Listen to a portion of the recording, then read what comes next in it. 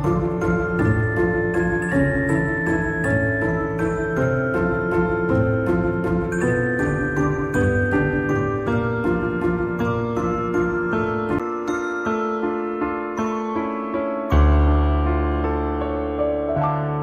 there, lovely listeners and viewers. Welcome back. You are back down in the deep, dark depths of the red rabbit hole.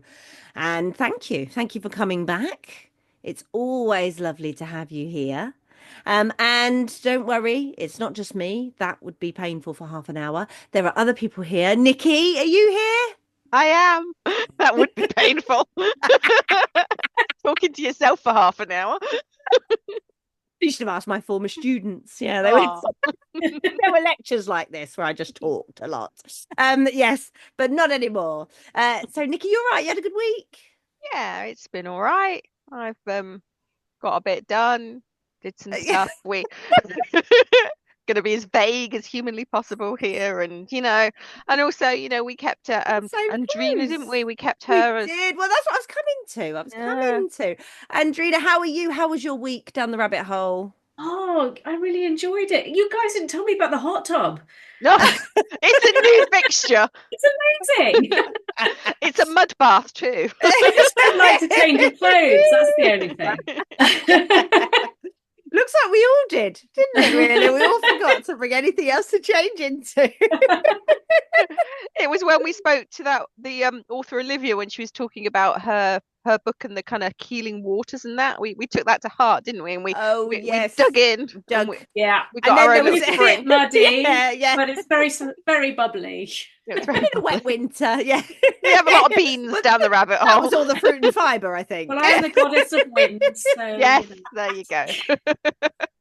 Absolutely. So thank you so much for coming back, Andrina. A real pleasure to have you back. And we'd like to talk a little bit more about the rabbit holes that you went down to kind of start to bring the character of, I've forgotten, Leah.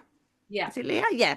Leah to life after. So we were talking a very similar-ish experience to that of Josie Russell, who we were talking a bit about last week, she loses her mother and her sister, and there's just her and her father, and then that her father has this kind of campaign as well.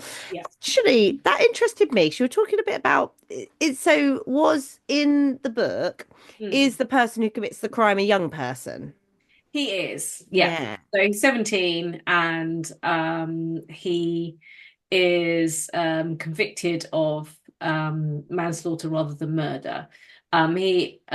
So he is also one of the POVs in the book. So what I wanted to look into here was how young people, or just people who have had a really hard life and a really tough time, sometimes also get demonized or misrepresented by the press, and I'm not going to defend any real life murderers here. I'm not going to equate my killer's name is Boyd White, but everyone calls him Crow because when he got to a certain age, he basically just fell in with a gang because he really wanted to belong somewhere. And he decided his gang nickname was going to be Crow, so everyone calls him Crow. And the press, in the book, because obviously he's a minor when he commits the crime, so he shouldn't be named by the press, but the press petitioned for him to be named in the same way that the James Bulger killers were named. So then they get the right to name him, and then they don't really ever name him. They just call him Crow all the time because it sounds more mean and scary. And they talk a lot about, it was quite difficult because I was writing somebody who had quite significant mental health issues. He hears voices. The voices do not tell him. He doesn't kill because of the voices. And that was also really important for me to kind of to make that clear. But the voices become a link between him and Leah because Leah has an imaginary friend, and so they actually have met each other before. And that's kind of the secret, that it's not a spoiler, because you find that out kind of quite near the beginning of the book, that that him and Leah met each other before the killing happens. And he hears voices, she has an imaginary friend, and it all gets kind of like they form a very strange bond. But that, so he has a very troubled childhood. He has a domestic violence situation. He has uh, quite a history of drug use and bad reactions, bad psychological reactions to drug use as well. And then all of these factors combine to make him a very dangerous person, who's to himself and others. And so, and then this sort of horrible perfect, I can't really tell you because I don't want to spoil. Spoiler alert. No spoilers. Basically, yeah, but basically, then obviously he goes on to commit the crime, but you sort of understand how it came about as you read the book. So and the idea was to sort of not demonize him as well, if you see what I mean. And I did actually speak to a psychologist while I was writing it, to make sure that I wasn't unfairly representing people with mental health issues, obviously, because not people who hear voices aren't all going to go out and kill people. And people with mental health issues aren't all going to go out and kill people. And so I wanted to sort of make it clear that this was this very specific set of circumstances that happened, but also to make this guy not a demon, not a bad guy. He's not the villain, really. He's just another one of there's she's a lost child and he's a lost child as well, just in very different ways and very tragic ways. It made me think of restorative justice. Yeah, I don't know if you came across that in your research at all. Yeah, I did look into the restorative justice actually when I was researching it, because I was trying to think about like how how do people come to terms with stuff like that, and so I went down and at one point I thought maybe I could set up some sort of situation where they get restorative justice, but that that wasn't the right path for the story.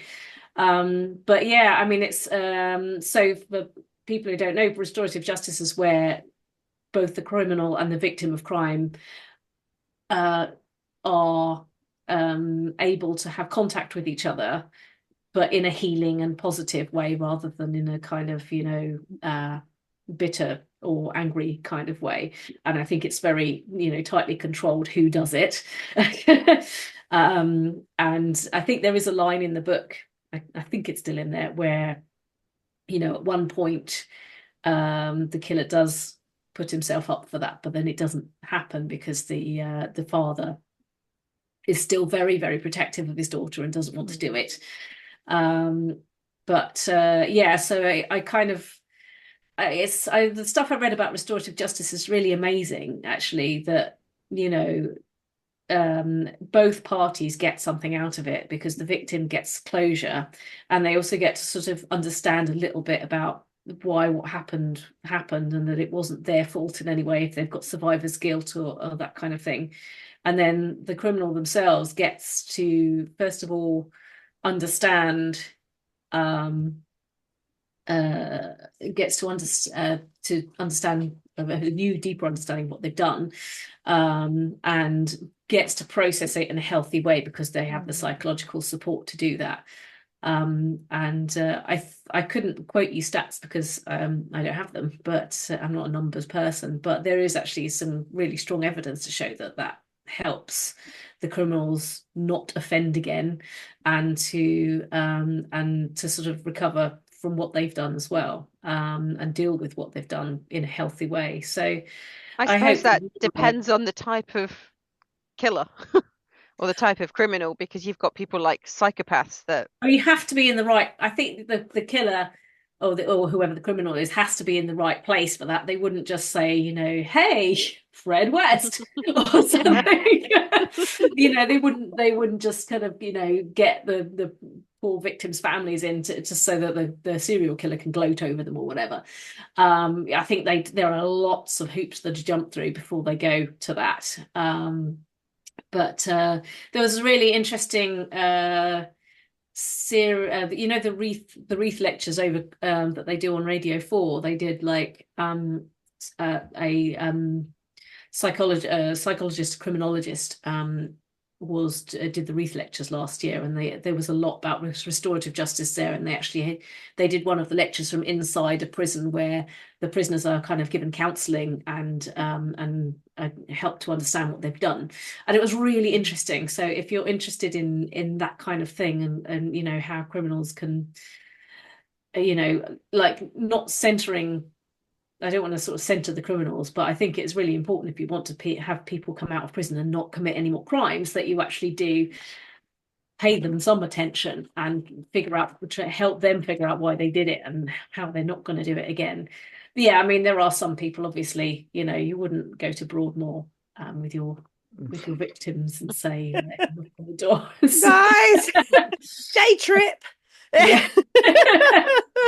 But yeah, I think when it comes to young people, particularly when people have, you know, that it's really understanding where you come from, because you talked a bit about your the person in the book having like a gang background, and that sense of belonging within a gang. There's a lot of evidence that is one of the biggest appeals. That's also one of the biggest vulnerabilities to getting pulled into a gang, is that they will find people who don't feel like they belong, young people, young vulnerable people who don't feel like they belong, and they will pull them in, and then it becomes an act of kind of dehumanizing of others. So sometimes you're doing, you know, in group and out group. Yeah, definitely. So then when you sorry, you know, you no. go. No, I was going to say, when you meet somebody, when you meet the family of the person that you've done that thing to. I think I watched a TED talk, and actually the woman, her husband had been murdered, and she'd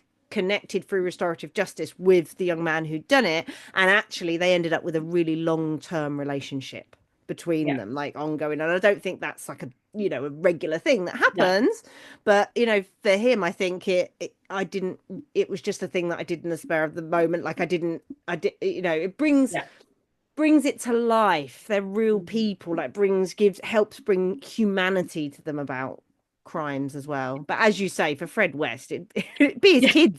Wouldn't it be kids? They're the victims in that case. It'd be Fred and Rose beating up with their kids. I don't think I could do that restorative justice. Don't think you could do it? No, if I got in the same room as someone who'd killed someone that I loved, it would be, hi, I'm Nicky. Here's my knife. Enjoy. There enjoy is that the sharp end of my knife. Look in a room next to them in the prison. A few years ago, though, when you said about gangs, it was interesting. I interviewed a psychologist who was an ex-cult member, and she specializes in helping people recover from cults. So she left her cult, and actually then ended up falling into another one for a bit, came out of it because like she was looking for something, and then discovered and then qualified as a psychotherapist. And now she helps other people who've been in cults. And basically she's saying the patterns of gaslighting and coercive control that you get in cults are also obviously present in domestic violence relationships, but also in gangs. The way they kind of love bomb you, and they bring you in and they say, you're amazing, you could do this thing for us, wow, you're the man. And then they slowly kind of you know, pick at you and knock you down, but by then they're your gang, and you can't leave because you don't want to be on the outside, because you know how they regard people on the outside. And I think it's really, you know, that was sort of on my mind as well when I was writing it, was this idea that, you know, he's got I can't swear, he's got a really rubbish home life. And he's you know, and he's got a really unstable, chaotic life, and he also loses his little brother at a terrible time, and you know, and then he's sort of welcomed with open arms into this gang, who just basically use him as a runner and to do their dirty work for them. And you know, he sort of gets a sense of belonging from that, but he's never really part of that either.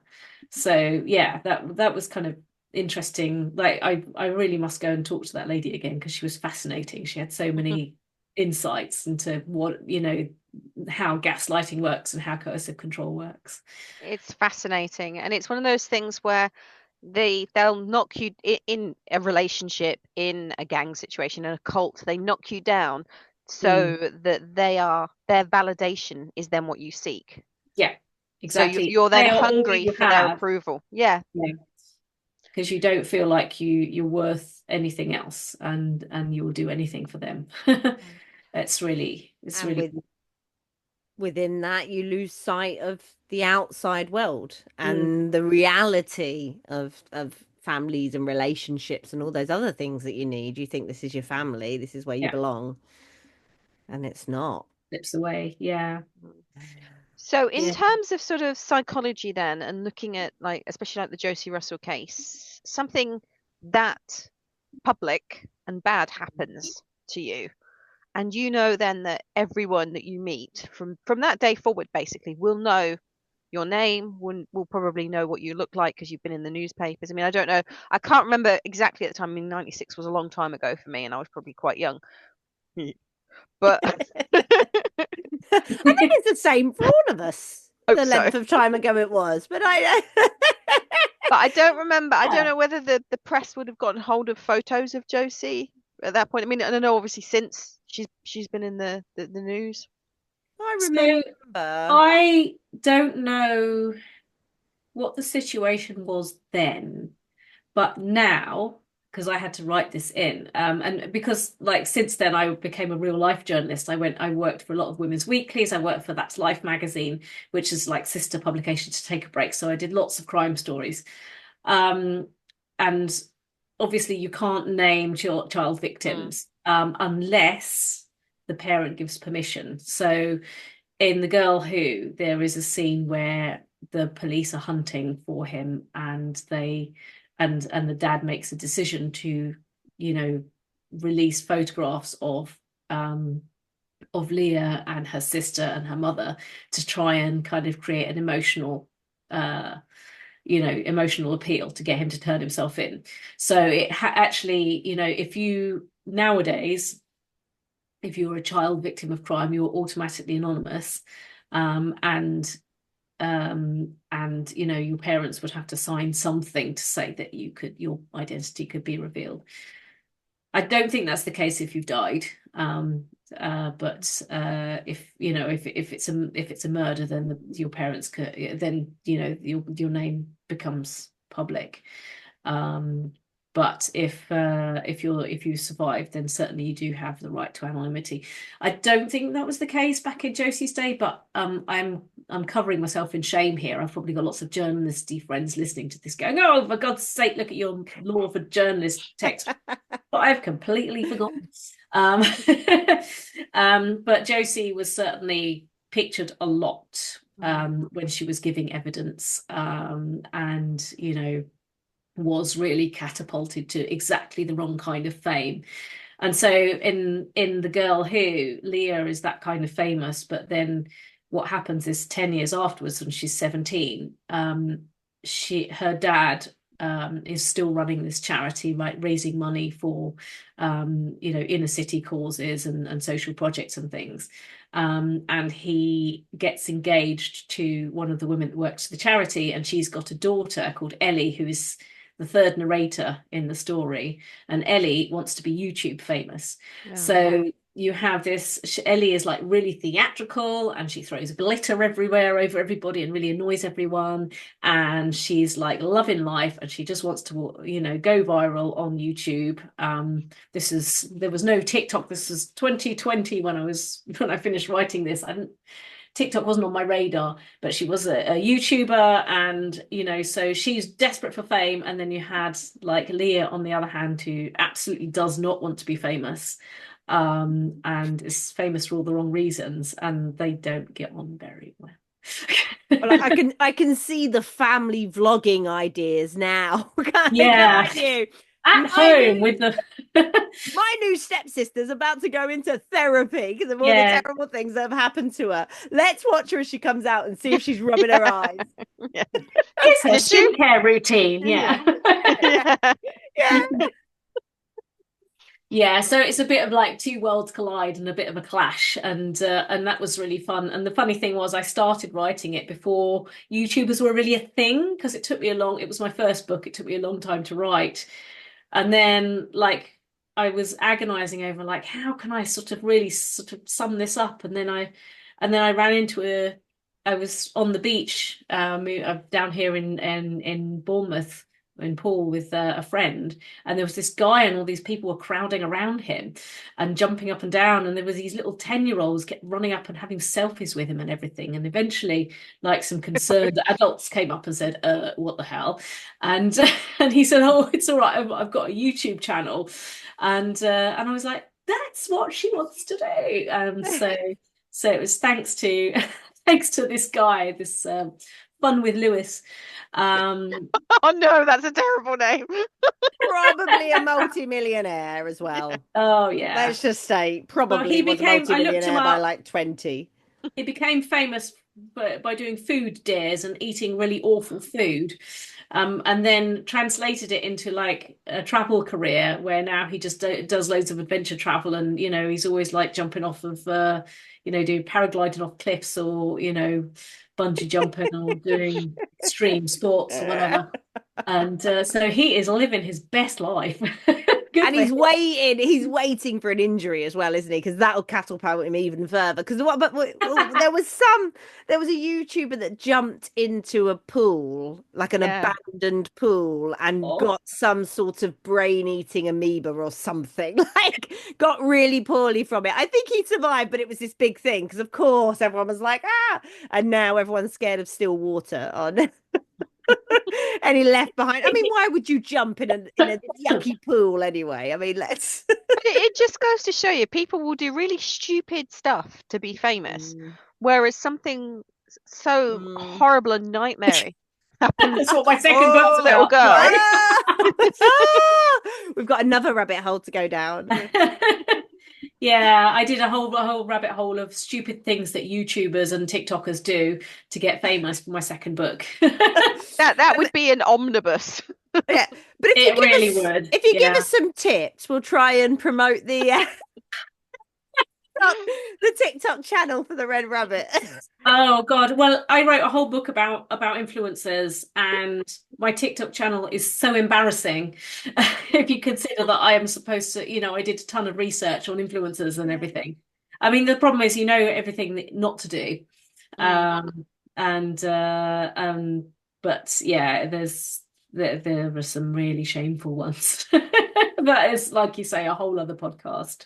So yeah, my first book was super serious, and it was and it was really sort of an examination of what it's like to sort of grow up with this horrible thing hanging over you. And also the other thing that fed into it was my because on glossy magazines a lot of the time you interview people who've had something awful happen to them, but they have tried to make sense of it by starting a charity.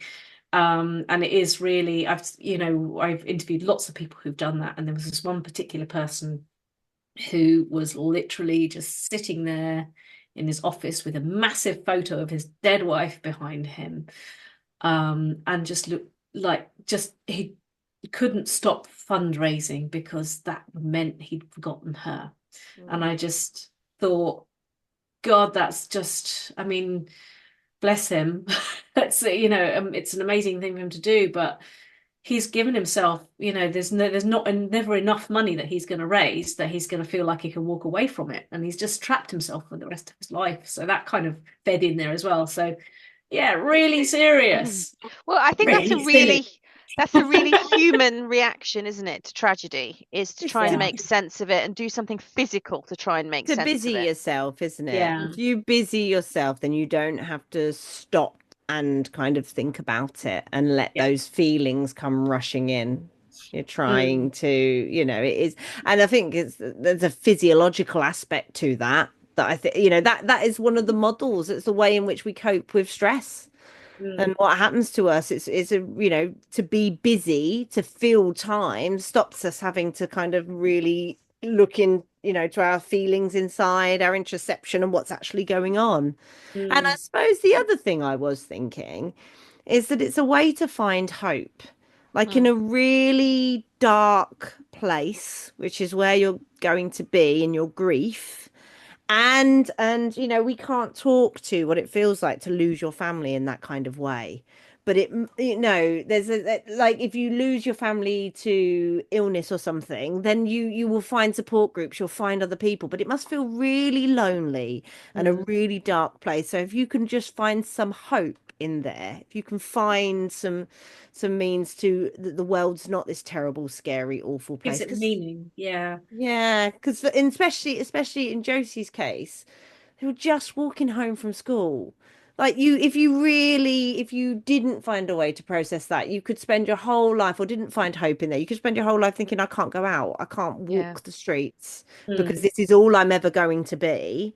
And actually, yeah, I think identity wise, it's wonderful, like you said, Andrina, that she can, when you Google, she's an artist and that's who she is now. mm. And she doesn't have to be that That person. child, Yeah. incredibly strong and powerful. And it's not that people are thinking bad things, people, and she No. brought hope with her, the fact that she survived that was a very hopeful thing. But I think for her, yeah, Yeah. I want to be who I want to be. I want to find myself. Exactly. When you become, when you're a teenager as well, Mm. and you want to be Mardy some days, and some days you want to be, you want to go out and get really drunk and have a dance, but you've always got this thing hanging over you. But I'm a national treasure, and I'm an inspiration to millions. And what are they going to think if they see me in this gutter? Or what I are they don't think think many if I see teenagers me? are going to have that thought. I I don't know. I don't know. I think if you are brought up with that and you've got that hanging over you, like Like, if you're a serious kid, and some kids are very serious, well, I'm and thinking of sports because you can be very young and be at the top of the game in your sport, and yeah, then you can't be seen, especially if you're representing your country or something at the yeah, Olympics, to be seen doing anything else. yeah, yeah, yeah, but exactly. Making the sort of mistakes that you make when you're a teenager, Mm. you're sort of carrying the weight of everyone's expectations on you, especially, in the case of my characters, if everyone else in the family has died, and you're sort of Mm. you're the only person left for your dad to be proud of. It's kind of, it makes it very hard to grow up and figure out who you are rather than who everyone else expects you to be. it's carrying a weight, isn't it? Mm. But I always think something that tightly wound, it's going to snap. And I think the key words that you used, Lisa, was to be seen. So you're not seen all the time. So you don't know again what goes on behind closed doors. But I can imagine with the kind of Russell case, it would have been, I mean, and to throw in the fact that she had such a horrific injury as well, Mm. that would have took a long time for her to recover from, then she's to be applauded for Yeah. getting through and having the hope, and as you've pointed out, she's now living her dream as being an artist. Mm. Yeah. Yeah. Yeah. So Wow. she hopefully got, I think she got lots of support, and certainly, like, from the memoir of her dad, he's had to find his way as well, and learn how to support her best. And I think he seems to have done a really good job. So Mm. obviously with my characters, she's not as supported as she could have been. So, the two cases really diverge. And when I first wrote the book, I didn't want to make it to talk about Josie Russell too much, because I didn't want it to be like I'd written a book about Josie Russell, because I haven't. Mm. Very different circumstances. It was just Mm. more me using her circumstance The or her situation inspiration. to dump off. Yeah. Yeah, just as Think, like, inspiration. what would happen if you did this and you didn't have the support you needed to get better? Well, we've Yeah. come to the end again. We've Oh, jumped down that was so many quick. rabbit holes. I know. Are We've you gone gonna let me go? maybe. Uh, You seem to have other books to talk about. So. yes, tell us. No, I haven't written any other books, honest. Oh, okay. Well, you're going to send us some No, might have. links. If you Yeah. send us some links, we'll put them in the show notes. So, Fantastic. listeners and watchers That sounds so creepy, watchers. Viewers. We'll be able to find you, Andreina Cordani. That sounds even more creepy, isn't it? I know. They'll be able to find you and buy. It's just Nicky's delivery, to be fair. I think it's just Nicky's persona. Oh, like a bit of dark. She did open with "I'm the goddess of hellfire" or something. On the other one, yeah. It just felt right. I don't know why. I just thought of that song and I went with it. Yes, so listeners and watchers, remember that you should follow the Red Rabbit, whether you want to or not. Go to TikTok, Instagram, Facebook. We'll follow you. Oh yeah, we'll follow you. All right. Don't end up like me. We have cameras in the backs of our cars now. Drag down. Okay. So yes, so do remember to follow the Red Rabbit and do subscribe wherever you get your podcasts, and obviously on the YouTube channel as well if you're watching this, because a subscription doesn't cost you anything, and obviously it does make a massive difference to us, and it keeps the madness going just that little bit longer, doesn't it, Lise? Well, it's nice to know if someone's listening and watching. It is, yeah. And don't forget our Patreon as well. There is lots of content uploaded onto Patreon months in advance, so you can get a sneaky peek as to the other authors that we've kidnapped and held hostage to talk about their books. What were those bones I found over the back? Maybe I'll talk about them. Now you're not getting out. What you were doing? Get back down that hole. But yeah, so thank you, Andreina. Thank you so much for coming down the rabbit hole with us. We've thoroughly enjoyed it. And real pleasure. Remember us for when your next book comes out. And I know you did some Christmas ones, I noticed on your I site did, as yeah. well. I'm a Christmas death fairy. Yay. So that sounds good. Let's do a Christmas Let's do podcast. that. Yes. Christmas death fairy. Got so much material. I love in the diary. Wonderful. So thank you for being with us, listeners and watchers. Thank you. And yes, and you'll find Andreina's books on the links below, hopefully, wherever you're watching or listening. So it's just left to me to say goodbye and see you real soon.